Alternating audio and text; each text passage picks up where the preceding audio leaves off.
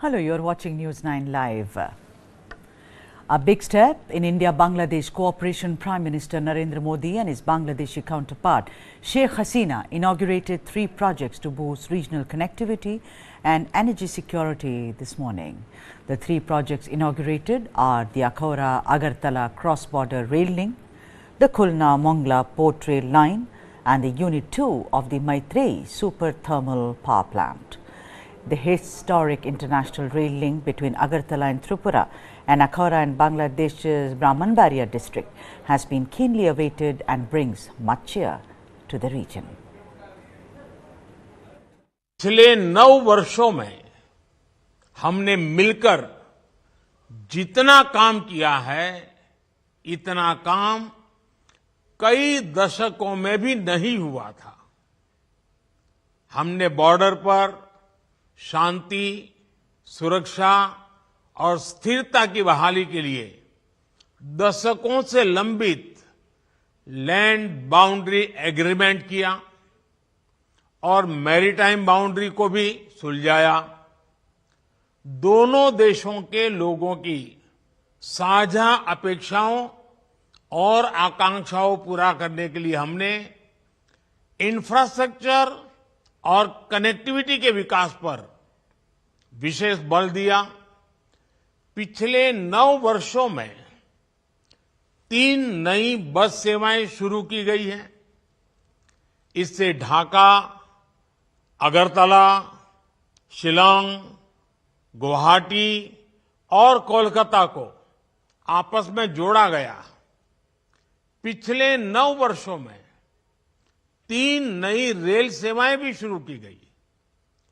2020 से तो भारत बांग्लादेश के बीच कंटेनर और पार्सल ट्रेनें भी चल रही है।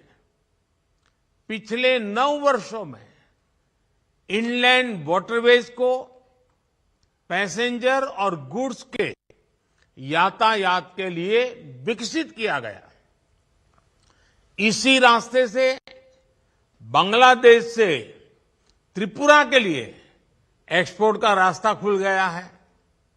विश्व का सबसे बड़ा क्रूज गंगा विलास भारत और बांग्लादेश के बीच शुरू होने से पर्यटन को बढ़ावा मिला है। पिछले 9 वर्षों में चिटागोंग और मोंगला पोर्ट के रास्ते से भारत के उत्तर पूर्व के राज्यों को जोड़ा गया है। हमारे कनेक्टिविटी इनिशिएटिव्स ने कोविड महामारी के दौरान लाइफलाइन का काम किया। ऑक्सीजन एक्सप्रेस ने 4000 टन से ज्यादा लिक्विड मेडिकल ऑक्सीजन भारत से बांग्लादेश पहुंचाई। पिछले 9 सालों में भारत बांग्लादेश सीमा क्षेत्र पर 4 नए इमिग्रेशन चेकपोस्ट खोले गए हैं और पिछले 9 वर्षों में हमारा आपसी व्यापार लगभग 3 गुना हो गया है। फ्रेंड, इन 9 वर्षों की यात्रा में आज अखौरा अगरतला रेल लिंक, उसका उद्घाटन भी एक ऐतिहासिक पल है। भारत के पूर्वोत्तर राज्यों से बांग्लादेश का ये पहला रेल लिंक है। त्रिपुरा का बांग्लादेश के साथ लिबरेशन स्ट्रगल के समय से गहरा नाता रहा है। इस लिंक के माध्यम से पूर्वोत्तर भारत के राज्य बांग्लादेश के पोर्ट्स भी जुड़ेंगे। खुलना मोंगला पोर्ट रेल लाइन, इसके बनने से अब बांग्लादेश का मोंगला पोर्ट रेलवे के रास्ते ढाका और कोलकाता ट्रेड सेंटर से जुड़ गया है। मुझे खुशी है कि आज हमने मैत्री थर्मल पावर प्रोजेक्ट के दूसरे यूनिट का उद्घाटन किया।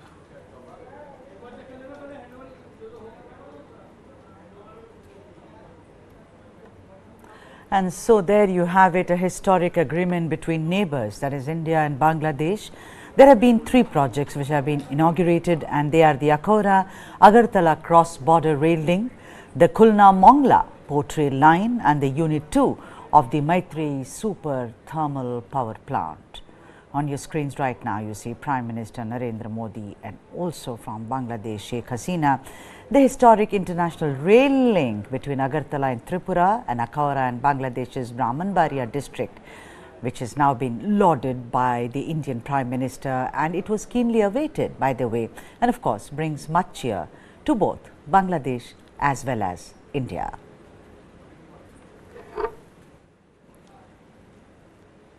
Moving on to Maharashtra and the latest on the quota agitation. Nationalist Congress Party legislator and Maharashtra Cabinet Minister Hasan Mushrif's SUV was vandalized in Mumbai by Maratha Quota agitators. 3 people have been detained so far in connection with the incident. Mushrif is a member of the NCP faction led by Deputy Chief Minister Ajit Pawar.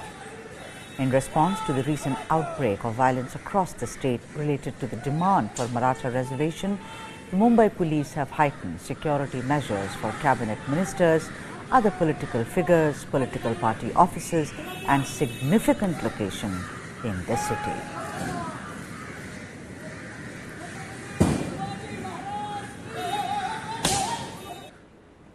And MLAs from the Maratha community from all communities raised slogans inside the Mantralaya.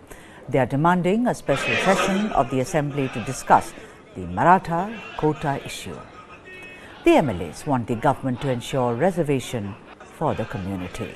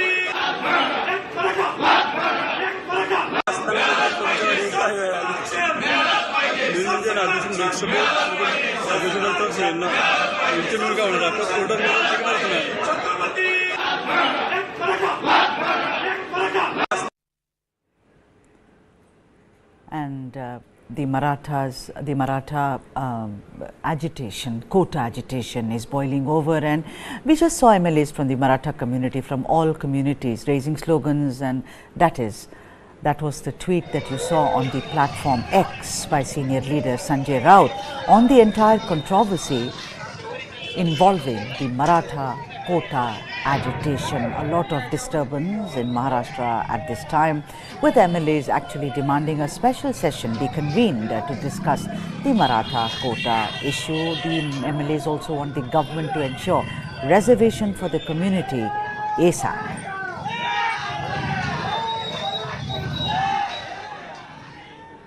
And like I said, the Maratha agitation is continuing to boil over. Traffic on the Pune-Bengaluru highway in Pune's Navale Bridge area was blocked on Tuesday, that is 31st of October, as a large number of protesters staged an agitation over the demand for Maratha reservation and burnt several tires, following which the Maharashtra government published an order asking officials concerned to issue fresh Kunbi caste certificates to eligible Maratha community members, paving the way for them to avail reservation benefits under the OBC category.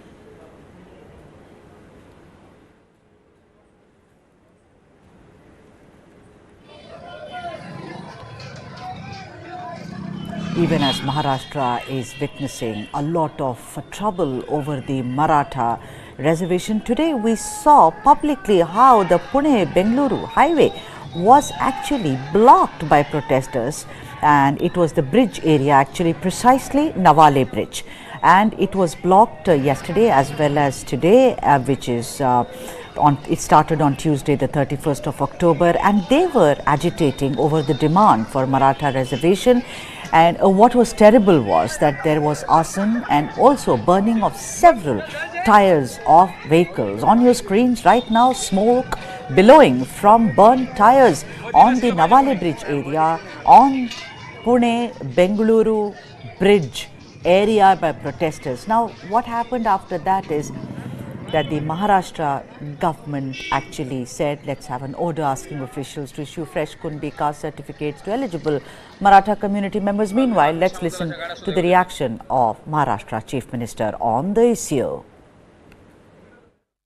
अभी हमारी सरकार ये राज्य में कानून व्यवस्था बनाए रखने की पूरी कोशिश कर रही है। इस आंदोलन में कौन भड़काने का काम करता है, कौन ये आगजनी कर रहा है, कौन कानून व्यवस्था यहाँ पर बिगाड़ने की कोशिश कर रहा है। निश्चित रूप से मराठा समाज को पूरी तरह फुल प्रूफ जो टिकाऊ होगा कानून के दायरे में जो बिठाने के बाद ये मराठा आरक्षण देने का सरकार की जिम्मेदारी है। जिस प्रकार की घटना बीड़ में हुई है, इसका समर्थन नहीं किया जा सकता। मराठा आरक्षण के संदर्भ में राज्य की सरकार पूर्ण रूप से सकारात्मक है। कुछ निर्णय आज भी मंत्रिमंडल ने लिए हैं। लॉन्ग टर्म में इस प्रश्न को छुड़ाने के लिए सुप्रीम कोर्ट की क्यूरेटिव पिटीशन भी अभी मेंशन की गई है और सुप्रीम कोर्ट उसको सुनने वाला है।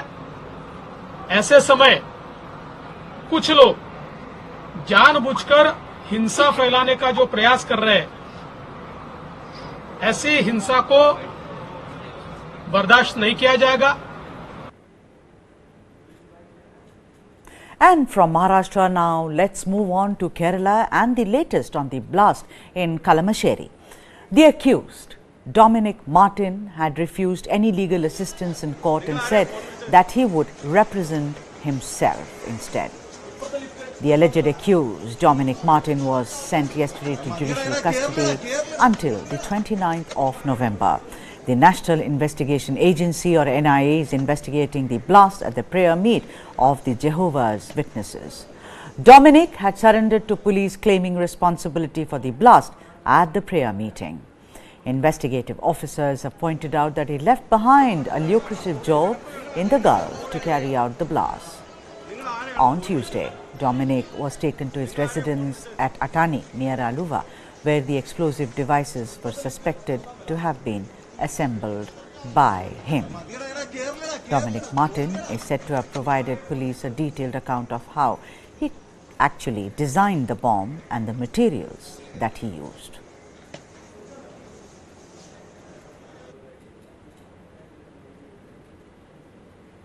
And coming in, yet another incident of violence has been reported from the conflict-ridden Manipur.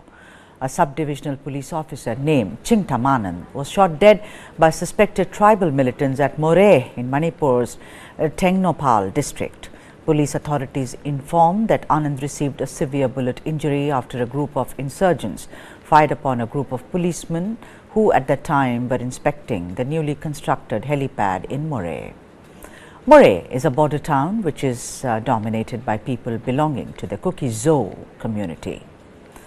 The injured SDPO was later taken to a primary healthcare center in More, where he later unfortunately succumbed to his injuries. The police has launched an operation in the area to apprehend the insurgents. Chief Minister of Manipur N. Biren Singh took to X and said that he was deeply saddened by the cold-blooded killing of SDPO Chingtam Anand. He also vowed that the perpetrators shall be brought to justice. Also, the Chief Minister has ordered a joint operation with central forces to investigate the case. The incident comes weeks after several civil society organizations, particularly those based in More, demanded the removal of state forces from the border town.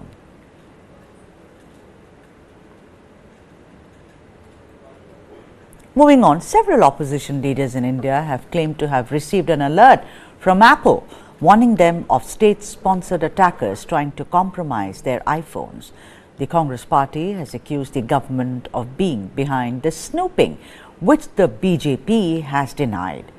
Apple has responded by stating that the attackers are well-funded and their techniques are sophisticated. Union Minister Ashwini Vaishnav expressed worries over threat notifications from Apple, the iPhone maker. These notifications warned some members of the opposition about the possibility of a state-sponsored attack. Ashwini Vaishnav meanwhile assured that the government is taking this matter seriously and has initiated a thorough investigation.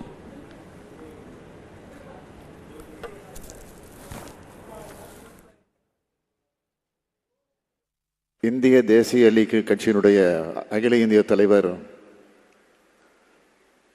நம்முடைய பெருமதிப்பிற்குரிய ஐயா பேராசிரியர் காதர் மைதீன் அவர்களே,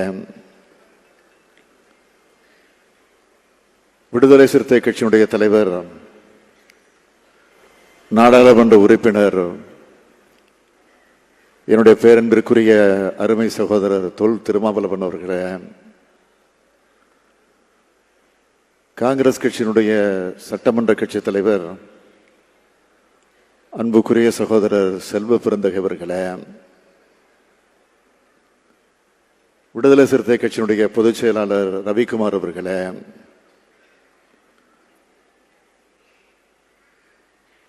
திருவள்ளூர் மாவட்டத்தினுடைய பொறுப்பு அமைச்சர் மாண்புமிகு அமைச்சர் காந்தி அவர்களே, தொடக்கத்தில் அனைவரையும் வரவேற்று மகிழ்ந்திருக்கக்கூடிய மாவட்ட கழகத்தினுடைய செயலாளர் ஆவடி நாசர் அவர்களே, வருகை தந்து மணமக்களை வாழ்த்தி கொண்டிருக்கக்கூடிய நாடாளுமன்ற சட்டமன்ற முன்னாள் இந்நாள் உறுப்பினர்களே,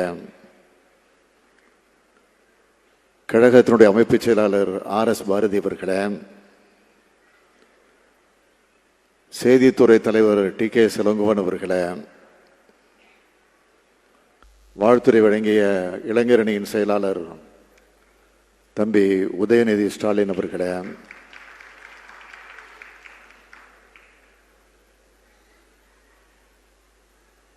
நம்முடைய தோழமை கட்சிகளை சார்ந்திருக்கக்கூடிய தோழர்களே, இயக்கத்தினுடைய முன்னோடிகளே, எனக்கு முன்னால் இங்கே உணர்ச்சியோடு நன்றி உரை ஆற்றியிருக்கக்கூடிய சட்டமன்ற உறுப்பினர் அருமை சகோதரர் கிருஷ்ணசாமி அவர்களே, அவருடைய குடும்பத்தை சார்ந்திருக்கக்கூடியவர்களே, மணமக்களே, மணமக்களுடைய பெற்றோர்களே, உற்றார் உறவினர்களே, நண்பர்களே, திரளாக திரண்டிருக்கக்கூடிய என் உயிரோடு கலந்திருக்கக்கூடிய நம்முடைய தலைவர் கலைஞர் அவர்களின் உயிரினும் உயிரான அன்பு உடன்பிறப்புகளே, உங்கள் அனைவருக்கும் என்னுடைய அன்பான வணக்கம். நம்முடைய கிருஷ்ணசாமி அவர்களுடைய அருமை மகள் தாரணி அவர்களுக்கும் हमने सरकार से स्पष्टीकरण मांगा, कोई जांच नहीं मांगी कि वो सब अलर्ट था ये कहते हुए कि सरकारी सोर्सेस से ऑफिशियली उस सोर्सेस से आपका जो है सर्वेलेंस किया जा रहा है। सरकार से स्पष्टीकरण मांगी, उसका जवाब तो देते नहीं है।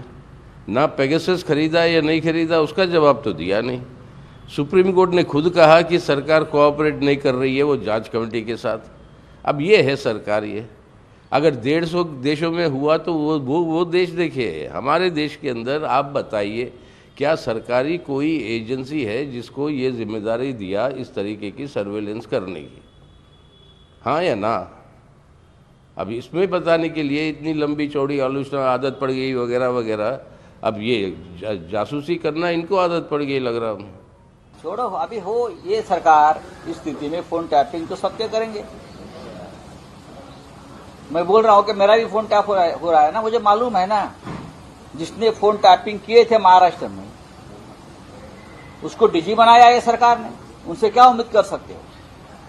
जिसके खिलाफ फोन टैपिंग की शिकायत और एफआईआर लॉस थी, जिसके खिलाफ मुकदमा किया था, ये पुलिस अधिकारी रश्मि शुक्ला हाँ राजनेताओं के फोन टैप कर रही है, फोन सुन रही है, तो उनको फडणवीस की सरकार ने वापस डीजी बनाया महाराष्ट्र का, सभी उस मुकदमे निकाल दिए, उसके ऊपर से एफआईआर केस पास कर दिए। ये सरकार है तो उनसे क्या उम्मीद करते आप? या फडणवीस है वहां मोदी है, सबकी नियत एक जैसी है।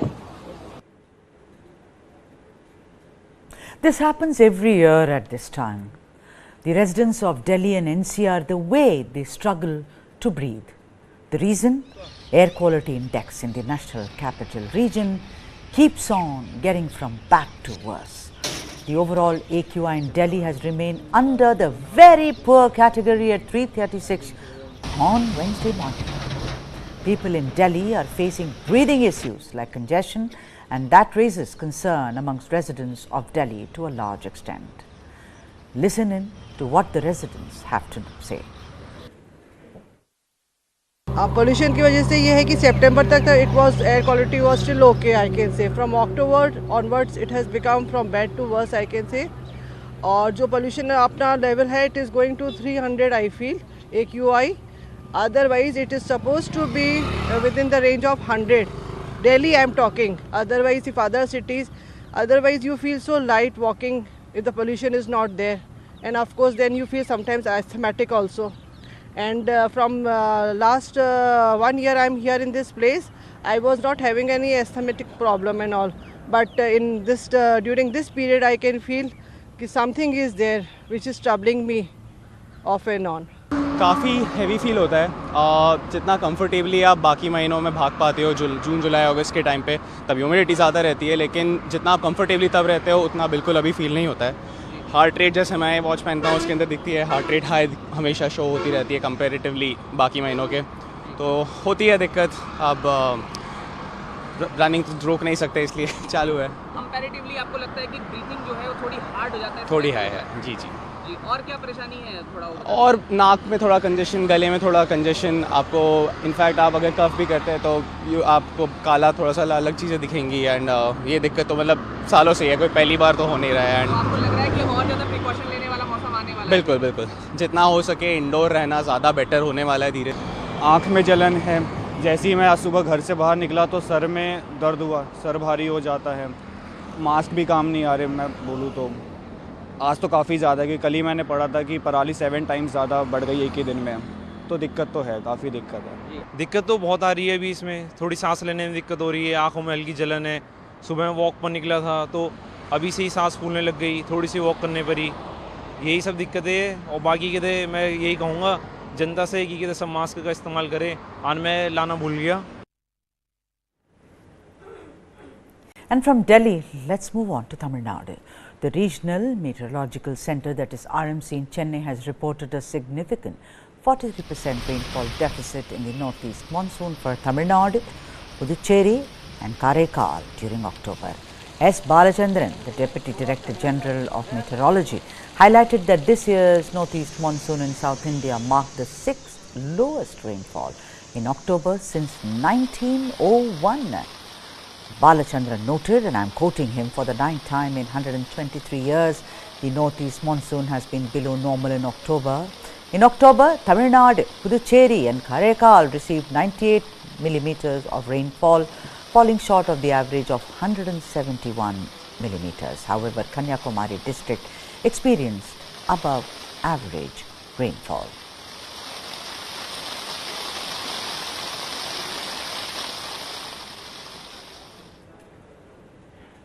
And in international stories, 9 Israeli soldiers have died while fighting against Hamas terrorists in northern Gaza, announced the Israel Defense Forces.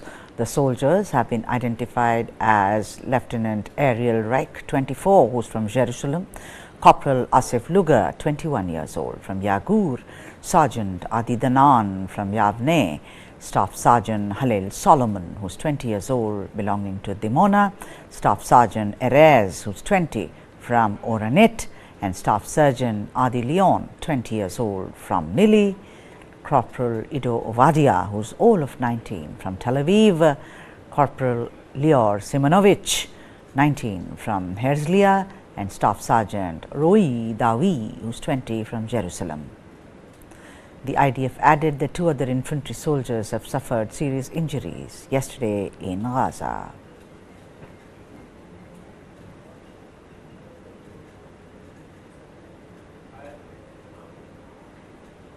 The Israeli army released a new video on Tuesday, which they claim shows soldiers in the Gaza Strip.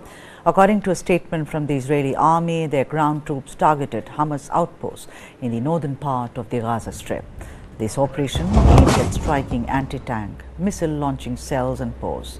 Israel is focusing on the tunnels beneath the densely populated Gaza enclave as a key objective during its ongoing ground offensive.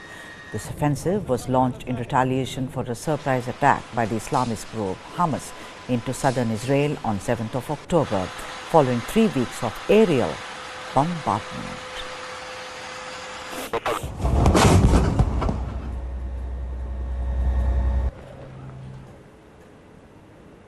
Intensifying the ground invasion, Israeli forces attacked Hamas gunmen in the vast tunnel network under Gaza City. The operations were aimed at destroying Hamas and the tunnels used by the militants mainly as a hideout and to transport weapons. IDF struck 300 targets in Gaza City.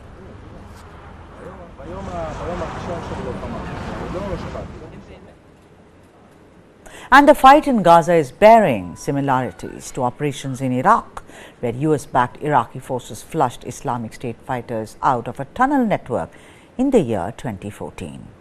But in Gaza, Israeli forces face more formidable infrastructure and several challenges, including in geographical locations. Hamas's tunnel system is more advanced and its fighters are better trained, more disciplined, and of course better equipped. The IDF soldiers have to literally go through the maze of tunnels and clear one after the other. The tunnels could also turn out to be an operational trap. Gaza is Hamas's power base, and the huge tunnel network underneath Gaza is a secret power base within that base. It is Hamas's default go-to place to hide, to conceal hostages, to fire rockets from, to store weapons. So that is why the network is so important to Israel.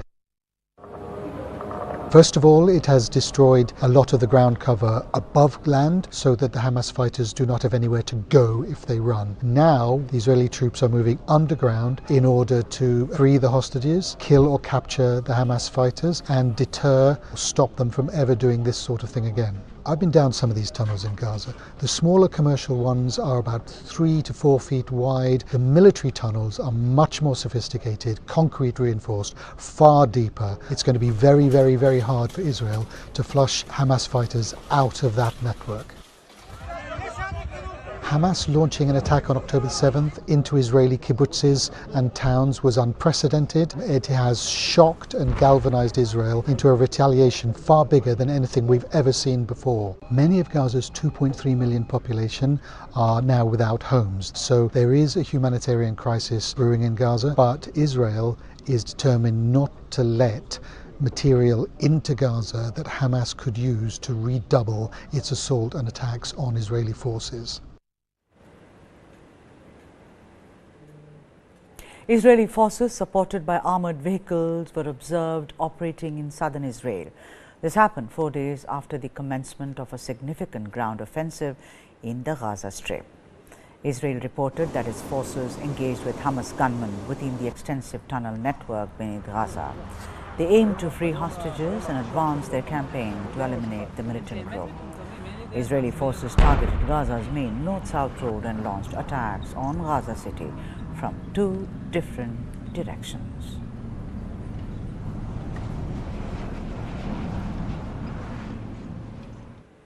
Missiles were seen falling onto Gaza, accompanied by explosions and occasional gunfire.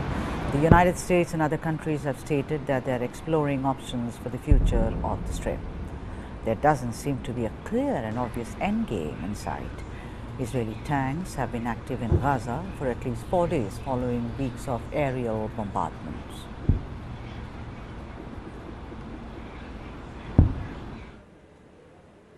On Tuesday, at least 3 rockets were fired from Gaza into Israel. Israel reported that its forces engaged with Hamas gunmen within the extensive tunnel network beneath Gaza. Meanwhile, a hospital director in Gaza stated that over 50 Palestinians were killed in an Israeli airstrike on a refugee camp in Jabilia, with 150 more wounded. The Israeli Prime Minister Benjamin Netanyahu rejected international calls to cease the fighting. There has been no immediate comment from the Israeli military about this incident.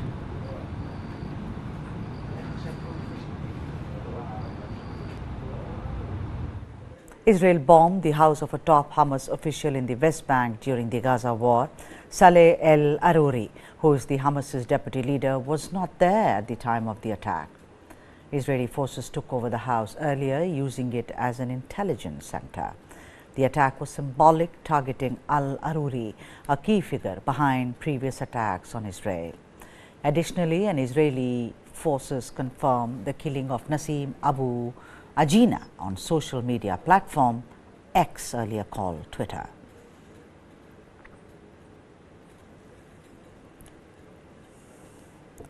The Israeli Defense Forces said that troops were engaged in fierce battles against Hamas terrorists deep into Gaza as soldiers and tanks pushed further onto the strip amid the war against the terror group. The military said ground and air forces hit several Hamas positions and anti-tank guided missile squads. According to the IDF, troops have killed dozens of terrorists amid the fighting in urban areas and have also seized weapons.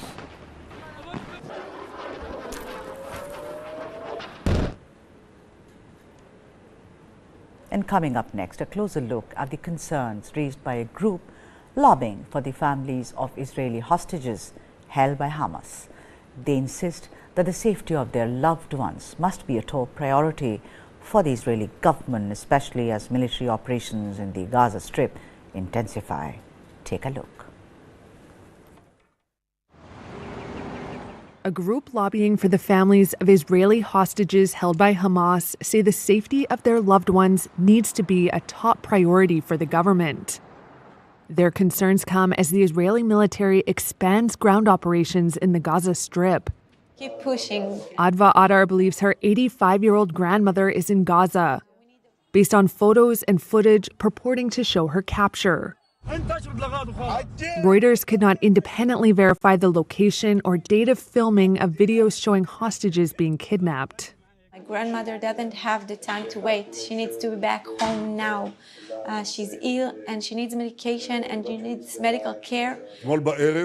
On Saturday, Prime Minister Benjamin Netanyahu said Israel's goals in the war were to destroy Hamas's governing and military capabilities, as well as return the more than 200 hostages. As her boyfriend, I truly afraid that these two goals is like in conflict with each other. Noam Alon's girlfriend, Inbar Hyman, is one of the hostages. I think that first, the hostages should be free. Israel has tightened its blockade and bombarded Gaza since Hamas gunmen stormed across the border into Israel on October 7th, killing at least 1,400 people, as well as taking the hostages. We are not political people or, military people. We are two simple people that try to save our sister. Leah and Leonia Nye believe their sister Moran was taken hostage at the Nova Music Festival. We found a clip from TikTok with begging for her life. And they say time is of the essence. If Moran is listening to us, Moran, we are united together. We love you so much. Continue to be positive as you are. And think about the big hugs we're all going to give you when you come back. And I want you to know that we're doing everything we can to bring you back home as soon as possible. Yemen's Houthi rebels claim to have fired missiles and drones targeting Israel. Houthis, who are sponsored by Iran, opens yet another complication in the ongoing war between Israel and Hamas. The firing of the missiles further raises the risk of a regional conflict erupting. The Houthis had been suspected of an attack earlier this month, targeting Israel by sending missiles and drones over the crucial shipping lane of the Red Sea, an assault that saw the U.S. Navy shoot down the projectiles. Israel said its own fighter jets and its new Arrow missile defense system shot down 2 salvos of incoming fire hours apart as it approached the country's key Red Sea shipping port of Eilat. The Houthis, who have held Yemen's capital Sana'a since 2014 as part of that country's civil war, claimed 3 attacks on Israel in a later military statement without elaborating on the time frame of the operations and whether Tuesday's salvos represented 1 or 2 attacks.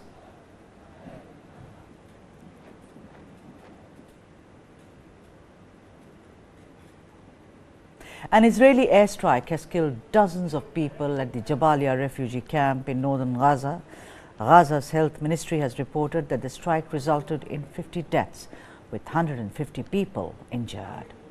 Israel has acknowledged the attack and stated that the target was a high-ranking Hamas commander whom they were able to eliminate. They claim to have neutralized a large number of terrorists from Hamas's central Jabalia battalion who were with the commander at the time.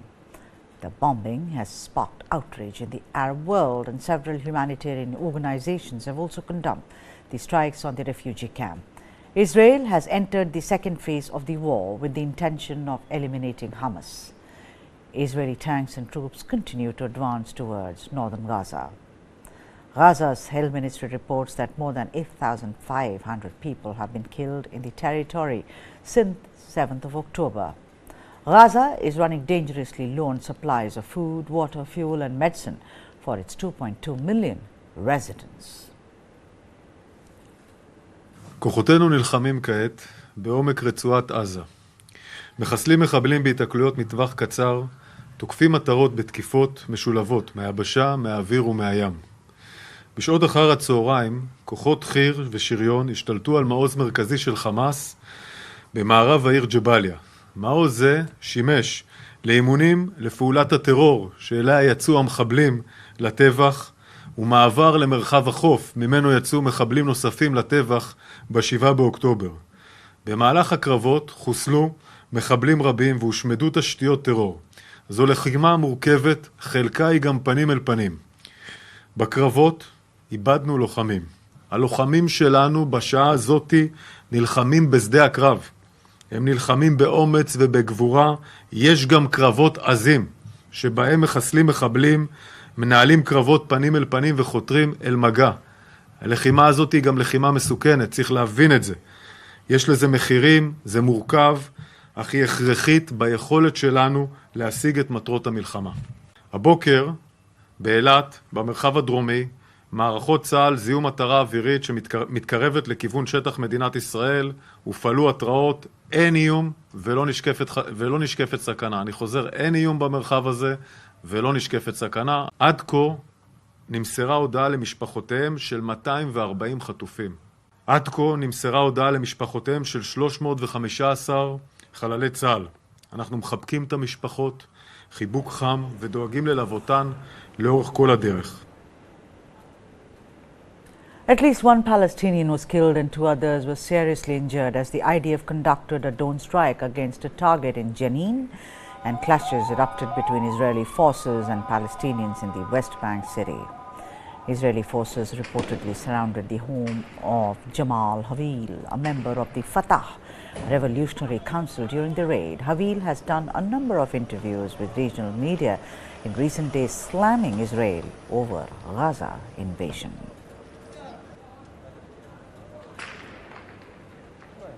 Israel's Prime Minister Benjamin Netanyahu condemned the hostage video released by terror group Hamas on 30th of October 2023. Netanyahu called the video as quote-unquote cruel psychological propaganda. Israel said its forces freed a soldier from Hamas captivity during the ground offensive in Gaza. On Monday, that shows 3 female hostages seized by the Islamist movement on October 7th. In the video, which is being watched on this phone, one of the hostages criticizes Benjamin Netanyahu for failing to protect Israeli citizens during the deadly attack and failing to get them back home.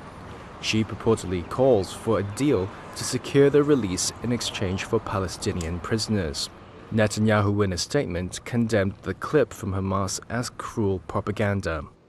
Israel's leader is coming under pressure over his handling of the crisis. Dozens of people attended a protest in Tel Aviv to call for the hostages' release. Shiri Grossbard is a close friend of one of the hostages, Yelena Tripanov. I'm not a political person. I'm not the one with the answers, but I do know this. No other country in the world would have 239 of their people being kept hostage and not do anything about it. No politics, just bring them home now. 24 days is way too long for these people to be kept in captivity.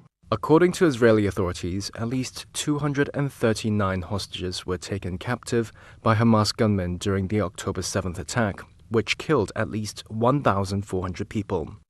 The presence of the hostages in Gaza has complicated Israel forces' ground operation in the enclave, but Netanyahu has rejected calls for a ceasefire. Gaza health authorities say more than 8,300 people, many of them children, have been killed in Israeli attacks since Hamas' assault. The ground action actually creates the possibility, not the certainty, but the possibility of getting our hostages out, because Hamas will not do it unless they're under pressure. They simply will not do it.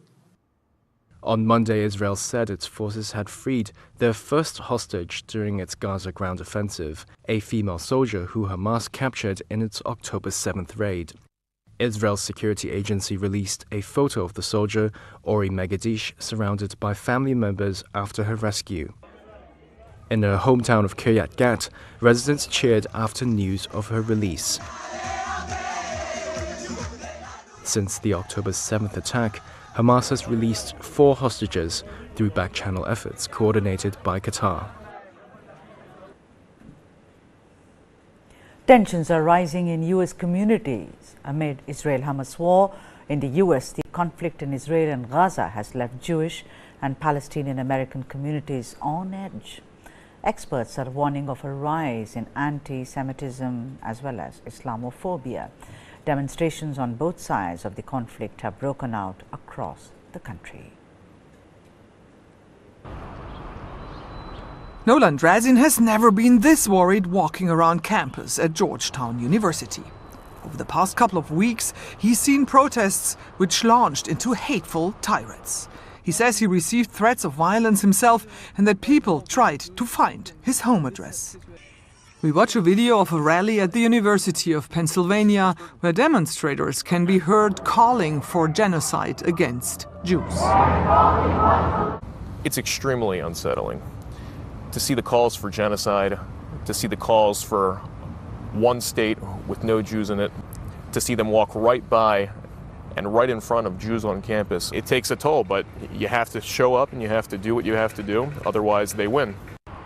What Nolan has done is co-found a group of Jewish law students who support Israel. The group wants to take a stand against what they describe as growing anti-Semitic and anti-Israel rhetoric in the US. This gentleman. Fear is mounting among the Palestinian American community too. In Chicago, this little boy was killed in an alleged hate crime.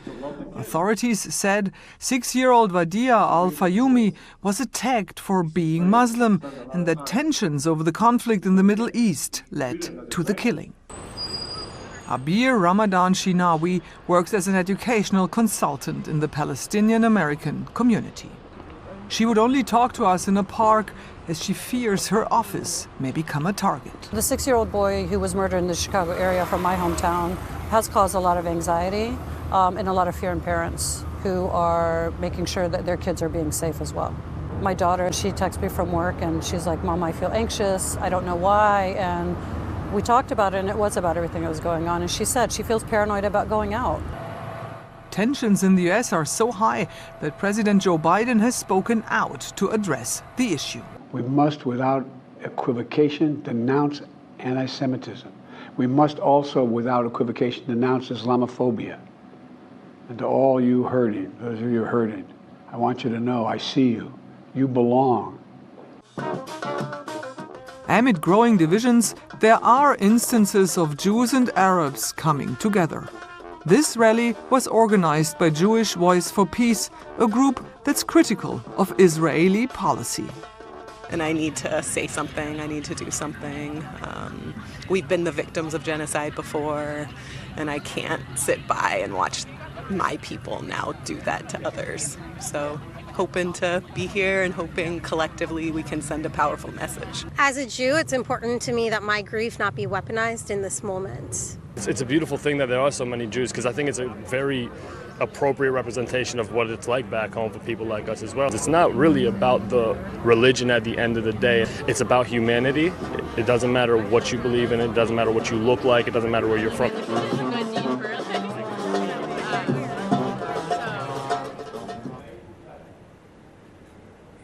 And that's all we have in this bulletin. For all the news and analysis, keep watching News9 Live.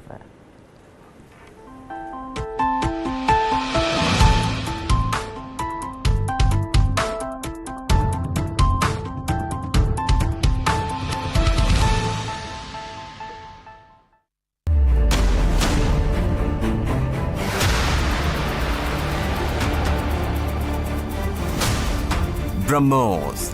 Stealthy, lethal, precise.